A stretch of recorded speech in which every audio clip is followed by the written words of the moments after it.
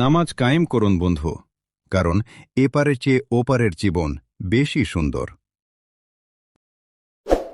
প্রসঙ্গে ব্রাজিলের প্রেসিডেন্টের পরামর্শ চেয়েছেন আনচেলত্তি। ব্রাজিলের জার্সিতে আসন্ন বিশ্বকাপে খেলতে চান নেইমার জুনিয়র, কিন্তু জাতীয় দলে ফেরার রাস্তা তার জন্য মোটেও সহজ নয়। কোচ কার্লো আনচেলত্তি স্পষ্ট জানিয়ে দিয়েছেন, বিশ্বকাপের দলে থাকতে হলে শতভাগ ফিট হয়েই জায়গা করে নিতে হবে। সমর্থক থেকে শুরু করে জাতীয় দলের সাবেক কিংবদন্তিদের অনেকেই নেইমারকে জাতীয় দলে ফেরাতে এই ইতালিয়ান কোচ আহ্বান জানালেও নিজের অবস্থানে অনড় তিনি। উত্তর আমেরিকায় আগামী বিশ্বকাপের 2 মাসও বাকি নেই, কিন্তু নেইমারকে নিয়ে ধোঁয়াশা কাটছেই না। সান্তোসের হয়ে নিয়মিত গোল অ্যাসিস্ট করলেও সেটি কি বিশ্বকাপের দলে জায়গা পাওয়ার জন্য যথেষ্ট কিনা সে প্রশ্ন আছেই।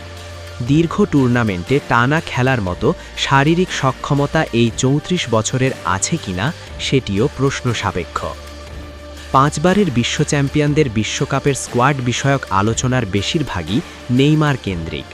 আর ঠিক এমন সময়ই আনচেলত্তি দেখা করেছেন ব্রাজিলের প্রেসিডেন্ট লুইজ ইনাসিও লুলা দা সিলভার সঙ্গে।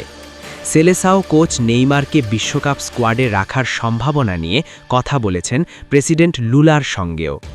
ব্রাজিল ভিত্তিক ওয়েবসাইট ব্রাসিল 242কে দেওয়া এক সাক্ষাৎকারে তিনি এ তথ্য জানান এবং এ বিষয়ে নিজের মতামতও দেন।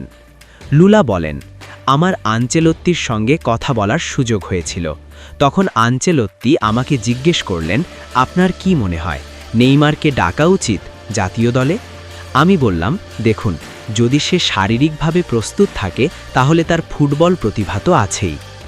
লুলা দা সিলভা ও আনচেলত্তি গত 26 জানুয়ারি 2027 নারী বিশ্বকাপ সংশ্লিষ্ট এক অনুষ্ঠানে দেখা করেন। সেই টুর্নামেন্টটি ব্রাজিলে অনুষ্ঠিত হবে।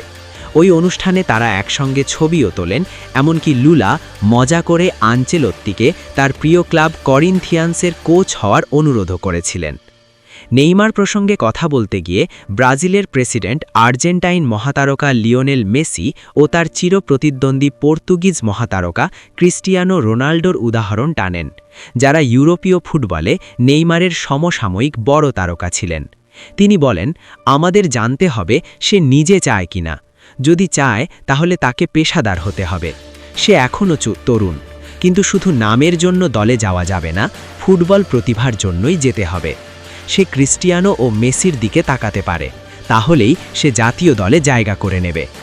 নেইমার এখন বিশ্বকাপ দলে ডাক পাওয়ার অপেক্ষায় আছেন, যা হলে আনচেলত্তির অধীনে এটি হবে তার প্রথম বিশ্বকাপ।